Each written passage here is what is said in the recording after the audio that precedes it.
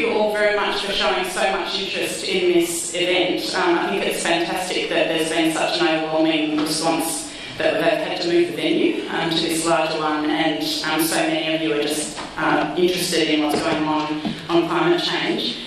My name is Jo Evans. I'm a Deputy Secretary in the Department of Environment and Energy, and my responsibilities include climate change policy and energy innovation.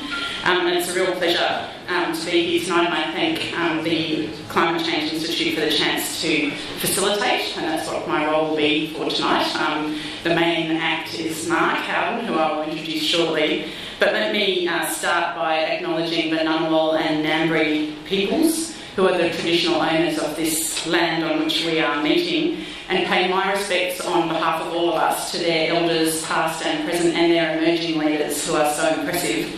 And also to any Aboriginal and Torres Strait Islander people who might be in the audience today. Thank you for your and for their continuing custodial role that you play on this amazingly magnificent country that we all have the privilege to enjoy. So as I said, my main role this evening is to introduce Mark, which I'll do in a moment, but I thought I'd give you just a brief overview of where the Intergovernmental Panel on Climate Change, so the IPCC, which is what we'll use from now on, I suspect, where their report fits in, and the government's role in supporting the work that the IPCC does. So in 2015, as I think almost all of you would know, the Paris Climate Agreement committed participants to hold the increase in the global average temperatures to well below 2 degrees Celsius above pre-industrial levels, and to pursue efforts to limit the temperature increase to 1.5 degrees rather than the 2. Part of that agreement was that there would be an invitation to the IPCC to do a special report that would look at what the difference is between achieving 1.5 degrees and achieving a 2 degree temperature increase. So that is the report that was released yesterday, and it outlines, as expected, the global implications of limiting global warming to 1.5 degrees Celsius compared to 2 degrees, and it also looks at the possible pathways to achieving that, and meeting those targets, the feasibility and costs and benefits. It's a pretty sobering read, and while there's a sense that things can be done to achieve 1.5 degrees, the report also gives a quite clear sense of the unprecedented scale of the transitions that would be required to deliver that. And there was one quote, there's been a lot of media, you've probably noticed, over the last day and a half.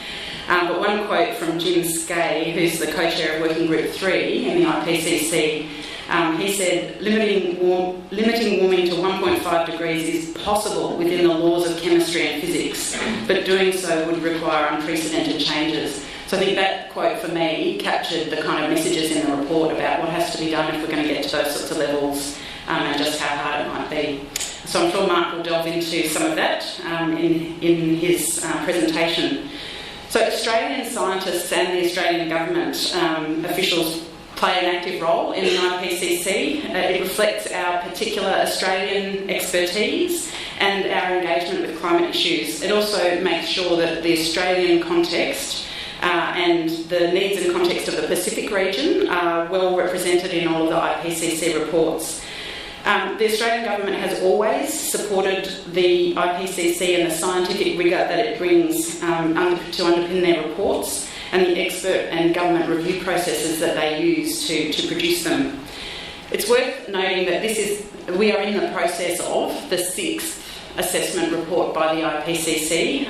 That's a process that started in 2016 and won't conclude until 2022. And yesterday's report is the first of 3 special reports that will feed into that assessment report as a whole. So there are 2 more coming about this time next year. We can expect to see them. One is on the land sector, things like deforestation, forestation and so on. And the other one is on the oceans and the cryosphere. So lots of information yet to come to draw on. My department, the Department of Environment and Energy, acts as a focal point for Australia's engagement with the IPCC. What that means is that we facilitate the process of getting all of that applications in from all over the country for scientists who might want to be a part of the IPCC process. And then we review them and we provide a whole lot of recommendations. So we actually put in we received and reviewed about hundreds of applications, and we recommended quite a large number to the IPCC for consideration as to who they might choose to be involved in the report. It's then the IPCC Bureau, of which Mark's a member, that makes the final decision about who will be involved as writers on the reports or as to put input into the chapters. And that's based on what each report requires in terms of expertise, and also it takes account of, makes sure there's a good gender balance and a good regional representation across all the scientific contributions. We end up, as Australians, very well represented in the process. So there are 62 Australian experts that were selected by the IPCC for the 6th assessment report, so that's for that whole process. And that includes from ANU, there are 6 people, so I don't know how many, if we do bingo, but they're all here tonight. But Neroli Abram, Bob Costanza, Catherine Bowen, Shumei Bai, Frank Yotso, and of course Mark. 4 Australian experts were also invited to be on the writing team for the special report itself that was released yesterday. So they were Dr. Jatin Kala from Murdoch University, Professor Ove Hagelberg, sorry if I pronounced that incorrectly, from the University of Queensland, Professor Petra Chakot from the University of Western Australia, and Professor Peter Newman from Curtin University. There are other scientists who also get involved from Australia. They get invited if there's a particular gap or an area of expertise which is missing from a chapter or an area, so they get a chance to contribute their knowledge in that way. And there are about 10 Australian scientists who helped in that way for this particular report. And again, from the ANU, you have Catherine Bowen, Dr. Catherine Bowen again. So that meant she would have been leading on one area of the report and asked to contribute to another. And also Emeritus Professor Will Steffen from the Fenner School. In addition to all of those people, there was a really impressive range and amount of Australian research and literature that has been used in the development of this report. I understand there is something like over 180 Australian journal articles that have been cited, which is really impressive. It's also really important because Australia is one of the only places where certain types of scientific research is actually being done, particularly that's relevant to the Southern Hemisphere. So it's really important that our expertise is drawn on. The government supports the authors that are chosen to participate. We do that through the Department of Foreign Affairs and Trade International Engagement Fund, but it's only partial support. We really acknowledge and appreciate the co-funding that is provided by the authors' research institutions and their own personal contribution in the time and effort that goes into attending the meetings. And we also thank those people who get to contribute their expertise in those gap-filling ways. They don't receive funding from the Australian government, but they get the privilege and the pleasure of being involved in a very important piece of work.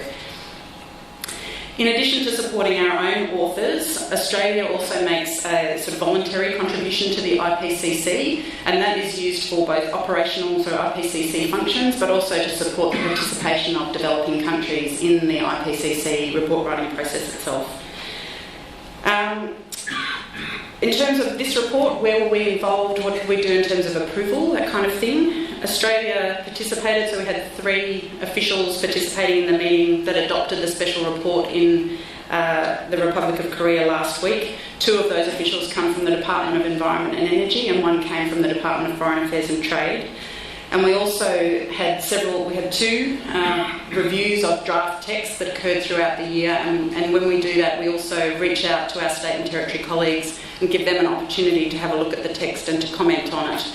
And in particular to find any, if there are inaccuracies or errors or things that ought to be clarified, things like that. So there's a process involved in getting that expertise collated and taken back to the IPCC. So overall, our view is that the summary for policymakers is an accurate and balanced assessment of the evidence base, and that's what our role is when we're involved in the negotiations over the summary for policymakers. It's about making sure it's accurate and it's fair, it's a good representation of the science that sits beneath it. And I guess just from my perspective, it's important to note that it is a policy-neutral document. There might be a whole lot of inferences you can draw from it, but it doesn't have any specific recommendations for any particular country. So let me now introduce the main actor tonight, so Professor Mark Howden, to discuss the findings of the report itself. Many of you will know Mark has had a really impressive career, and he has been deeply involved in the planning and delivery of this particular report from the beginning, and as Vice Chair of the IPCC Working Group 2 as a review editor. He has been a major contributor to pretty much all of the IPCC big assessment reports. You missed the first one, but you've been involved in the second, third, fourth, fifth, and now the sixth assessment report, which is a pretty impressive record. So it's really my pleasure to invite Mark to talk about the special report tonight, and I will be back when he has finished to help you ask the many questions I'm sure that you're going to have when he's given you lots of material to think about. So Mark, over to you.